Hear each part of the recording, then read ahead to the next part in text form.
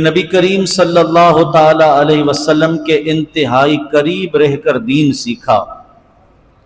سرکار دو عالم صلی اللہ علیہ وسلم کے ساتھ کئی نسبتیں ہوئیں، زبان نبوت سے متعدد بشارتیں آئیں، منصب خلافت پر فائز ہو کر اسلام کی بے پناہ خدمت کی اور درجہ شہادت کی سعادت سے بھی سرفراز ہوئے۔ میری مراد خلیفہ ثالث سیدنا عثمان غنی ذو النورین رضی اللہ تعالی عنہ کی ذات والا برکات ہے۔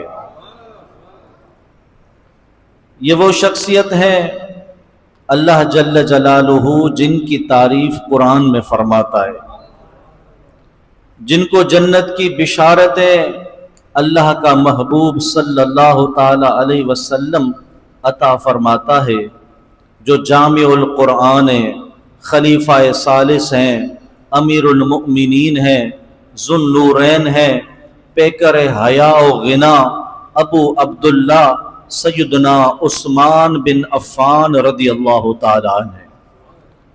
دور جاہلیت کی تاریکیوں میں بھی آپ کا کردار نہایت روشن رہا۔ جب نبی کریم صلی اللہ علیہ وسلم نے اعلان نبوت کیا تب آپ کی عمر 34 سال تھی۔ آپ نے اعلان نبوت کے فوراً بعد اسلام قبول کیا۔ السابقون الاولون میں شامل ہونے کا شرف بھی اللہ نے آپ کو عطا فرمایا۔ اس کے بعد امام الانبیاء صلی اللہ علیہ وسلم کی ظاہری حیات طیبہ کے 13 سال مکی زندگی کے اور سال مدنی زندگی کے آپ انتہائی قریبی ساتھیوں میں رہے۔ ہر موقع پر دین اسلام کی بڑھ چڑھ کر آپ نے خدمت کی۔ تاریخ انسانیت کا، پوری انسانیت کی تاریخ کا یہ امتیازی وقار آپ ہی کے حصے میں آیا ہے کہ یکے بعد دیگرے رسول اللہ صلی اللہ علیہ وسلم کی 2 شہزادیاں آپ کے نکاح میں آئی، اور کوئی کائنات میں ایسا انسان ہی نہیں ہے جس کے نکاح میں نبی کی 2 بیٹیاں آئی ہوں۔ آپ نے نکاح فرمایا، آپ نے اپنی اہلیہ کے ہمراہ ہجرت کا اعزاز حاصل کیا۔ آپ اہل بدر میں بھی شامل ہیں اور عشرائے مبشرہ میں بھی شامل ہیں۔ وہ صحابہ 10 جنہیں رسول اللہ نے جنت کی بشارت اپنی مبارک زبان سے عطا فرمائی، انہیں عشرائے مبشرہ کہا جاتا ہے۔ آپ کو کئی مقامات پر رسول اللہ صلی اللہ علیہ وسلم نے جنت کی بشارت عطا فرمائی۔ جب غزوہ ذات الرقاع اور غزوہ غطفان کا موقع آیا، آپ صلی اللہ علیہ وسلم جہاد کے لیے تشریف لے گئے تو مدینہ منورہ میں سیدنا عثمان کو اپنا جانشین مقرر فرمایا۔ بئر روما کی خریداری ہو، غزوہ تبوک کی تیاری ہو یا مسجد نبوی کی توسیع کا موقع ہو، نبی کریم صلی اللہ علیہ وسلم کی مبارک زبان سے آپ نے جنت کی بشارتیں حاصل کی ہے کہ بئر روما کو خریدا، مسلمانوں کے لیے وقف کر دیا۔ اسی طریقے سے جنت البقیع کی توسیع کے لیے اپنا مال پیش کیا۔ غزوہ تبوک جو غزوہ اسرت تھا، تنگی کا غزوہ تھا، آپ نے اپنا مال پیش کیا، اشرفیاں رسول اللہ کی بارگاہ میں دی۔ اللہ کے حبیب نے آپ کو جنت کی بشارت عطا فرمائی۔ آپ نے وصال نبوی کے بعد 12 سال تک حضرات شیخین کریمین کے مشیر خاص کے طور پر خدمات انجام دیں، اور خلیفہ ثانی سیدنا فاروق اعظم رضی اللہ تعالی عنہ کی شہادت کے بعد محرم الحرام میں 24 ہجری سے لے کے ذوالحجہ کی 35 ہجری تک تقریباً 12 سال تک مسلمانوں کے تیسرے خلیفہ کے منصب پر فائز رہے۔ آپ کی جو خلافت ہے اس کا دورانیہ 12 سال ہے۔ دوران خلافت اللہ کریم نے متعدد فتوحات نصیب فرمائیں، جمع قرآن حکیم بھی آپ کے دور میں ہوا، بحری راستے سے جہاد کے علاوہ اور بہت سارے کئی نمایاں کارنامے آپ نے انجام دیے۔ بالآخر 82 سال کی عمر مبارک پا کر دشمنان اسلام کی طرف سے جب گھر کا محاصرہ کیا گیا اور قاتلانہ حملہ کیا گیا تو جمعے کے دن آپ روزے کی حالت میں قرآن مجید فرقان حمید کی تلاوت کرتے ہوئے 18 ذی الحجہ 35 ہجری کو جام شہادت نوش فرما گئے۔ اللہ کریم کی ان پر رحمتیں ہوں اور اللہ پاک ان کے صدقے طفیل ہمیں بھی عمل کی توفیق نصیب فرمائے۔ آپ کی سیرت مبارکہ کے بڑے نمایاں پہلو ہیں اور کئی پہلو ہیں۔ قرآن مجید فرقان حمید کی اس آیت کی طرف آتے ہیں جو میں نے آپ کے سامنے تلاوت کی ہے۔ ارشاد باری تعالی آپ کی شان میں یہ آیت ہے، امن هو قانت آناء اللیل ساجدا وقائما۔ اللہ کریم نے ارشاد فرمایا کہ کیا وہ شخص جو رات کے اوقات میں فرما برداری کرتا ہے، رات گزارتا ہے سجدے کی حالت میں اور قیام کی حالت میں، سجدے کی حالت میں اور قیام کی حالت میں رات گزارتا ہے، یحذر الآخرہ، آخرت سے ڈرتا ہے، ویرجو رحمت ربہ، اپنے رب کی رحمت کی امید رکھتا ہے۔ کیا یہ آدمی جو ایسا ہے جس کے اوصاف ایسے ہوں اور اس کے مقابلے میں نافرمان آدمی ہو جو رات کو گناہ کرتا ہو، رات کو نافرمانی میں گزارتا ہو، یہ تو پوری رات کھڑے ہو کر قیام اور سجدے میں اللہ کی بارگاہ میں گزارتے ہوں، اور ایک ایسا آدمی جسے کی فرض نماز کا بھی پتہ نہ ہو، کیا یہ دونوں برابر ہو سکتے ہیں؟ قرآن فرماتا ہے دونوں برابر نہیں ہو سکتے۔ پھر فرمایا قل هل يستوي الذين يعلمون والذين لا يعلمون، اے محبوب آپ فرما دیجئے کیا علم والے اور بغیر علم والے برابر ہیں؟ قطعاً نہیں۔ علم والوں کا اللہ نے مقام اونچا فرمایا ہے۔ اس آیت میں سیدنا عثمان غنی کو اللہ نے علم والا فرمایا ہے، رات میں سجدے کرنے والا اور قیام کرنے والا فرمایا ہے۔ انما یتذکر اولو الالباب، صرف عقل والے ہی نصیحت قبول کرتے ہیں، برابری نہیں ہے۔ غیر صحابی کتنا بڑا عالم بن جائے، پیر بن جائے، قطب الاقطاب کے منصب پر آ جائے، کئی غوث اعظم جمع ہو جائیں، لیکن ایک صحابی کے منصب کو نہیں پہنچ سکتے، برابری نہیں ہے۔ وَلِكُلٍّ درجات، ہر ایک کے اللہ نے درجات مقرر فرمائے۔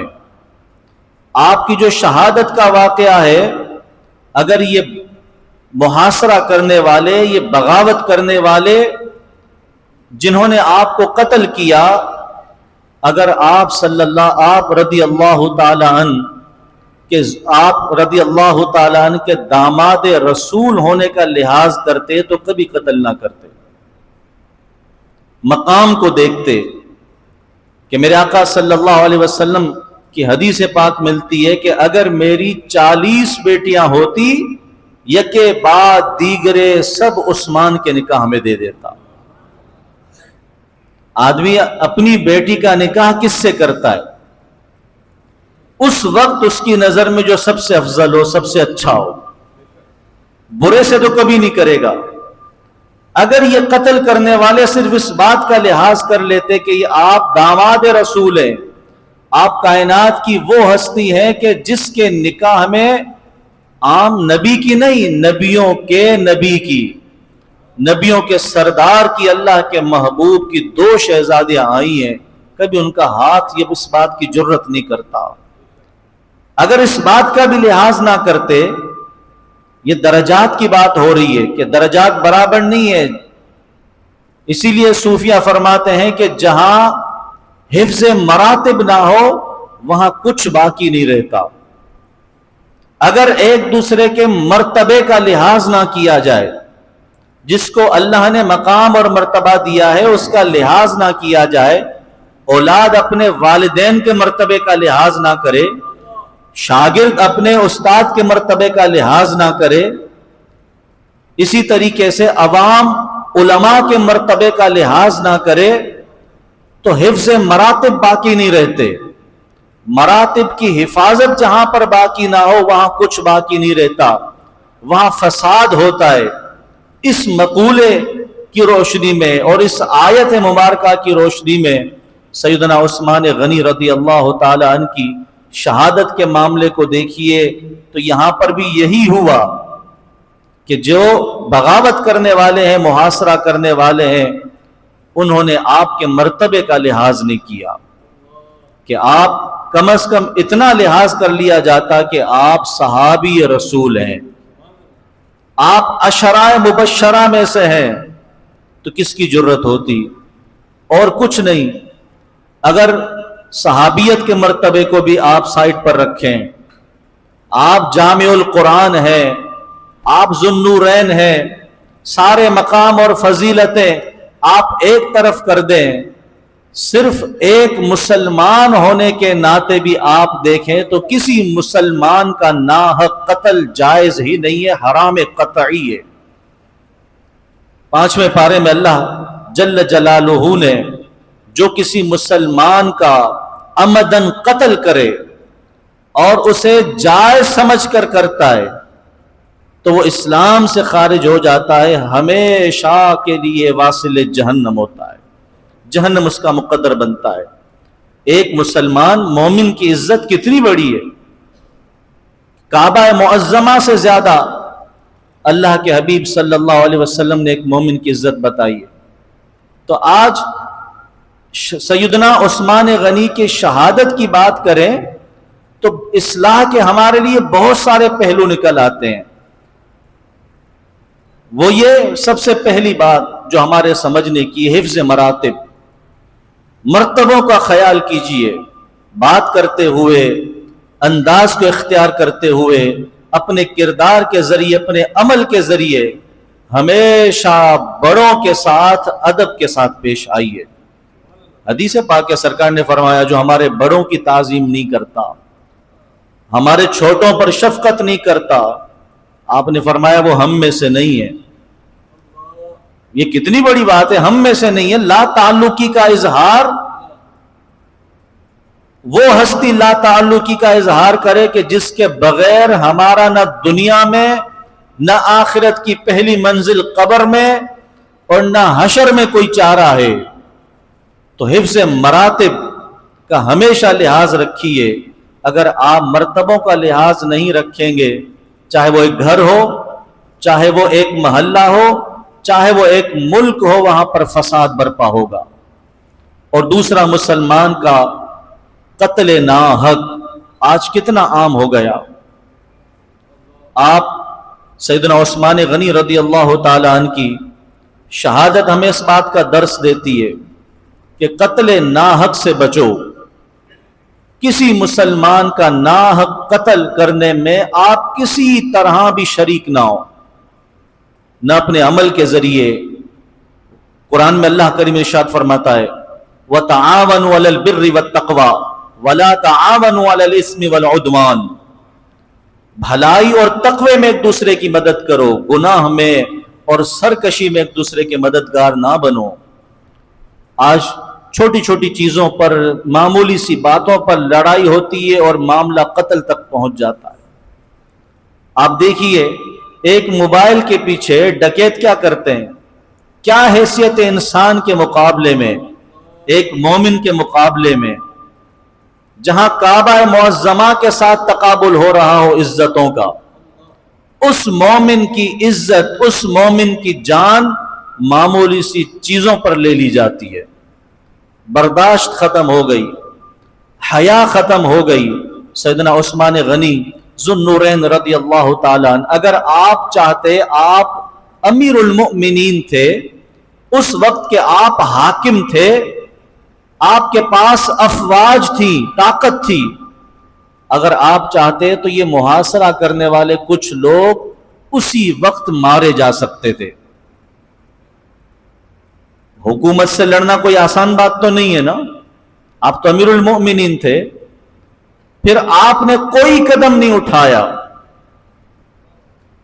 آپ گھر میں محاصرے میں ہی رہے، آپ نے کوئی انتقامی کارروائی نہیں کی۔ معلوم ہے میری جان کے در پہ مجھے قتل کرنے کے لیے آئے، لیکن کسی بات کا آپ نے انتقام لینے کا نہیں سوچا۔ کیوں؟ اس لیے کہ کوئی ناحق قتل نہ ہو جائے۔ جب لڑائی ہوتی ہے تو ہو سکتا ہے کہ اس قتل و غارت گری میں کوئی ناحق مارا جائے، اور پھر دوسری بات یہ کہ امت میں قتل و غارت گری ہو، مسلمانوں کا خون بہے، آپ کو یہ قطعاً پسند نہیں تھا، اس لیے آپ نے اپنی شہادت کو پسند کیا لیکن مسلمانوں کے قتل کو پسند نہیں کیا۔ دوسرا، آپ کے سامنے حدیث بھی تھی، نبی پاک صلی اللہ علیہ وسلم نے جس میں شہادت کی بشارت دی تھی کہ آپ کے دور میں فتنے ہوں گے، اور آپ کے ساتھ یہ معاملہ پورا سرکار نے بتایا، یہ کیا جائے گا، آپ اپنے گھر میں محاصرے میں لیے جائیں گے، یہاں تک کہ آپ کو قتل کر دیا جائے گا، آپ جام شہادت نوش کریں گے۔ اس لیے بھی آپ کو معلوم تھا کہ میری شہادت کا وقت تو آ چکا ہے، میں نے تو شہید ہونا ہے، لیکن ایسا نہ ہو کہ مسلمانوں میں ایک جنگی صورتحال پیدا ہو جائے، فتنہ پیدا ہو جائے۔ آپ نے کوئی انتقامی کارروائی نہیں کی۔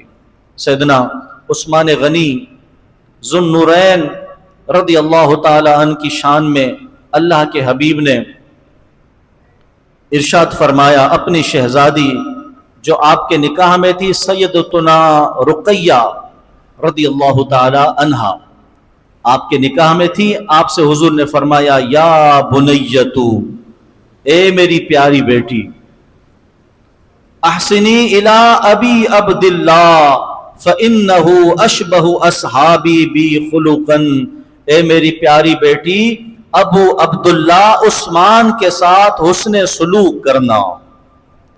بیٹیوں کو وصیت کی جاتی ہے کہ ابو عبداللہ عثمان کے ساتھ حسن سلوک کرنا، فإنہ اشبہ اصحابی بی خلقا، کیونکہ عثمان اخلاق کے لحاظ سے صحابہ میں میرے سب سے زیادہ قریب ہے۔ عثمان کے اخلاق میرے اخلاق جیسے۔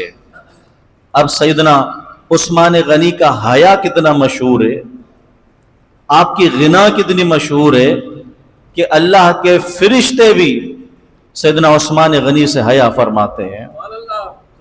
اور قیامت کے دن اللہ کے حبیب نے یہ دعا دی کہ یا اللہ عثمان کا حساب قیامت میں نہ لینا، یہ بڑا شرمیلا ہے، تیری بارگاہ میں کیسے کھڑا ہوگا۔ تو محدثین اس بات کو بیان کرتے ہیں کہ سیدنا عثمان غنی حساب کے لیے کھڑے بھی نہیں ہوں گے، اللہ کریم انہیں بلا حساب جنت میں داخل فرمائے۔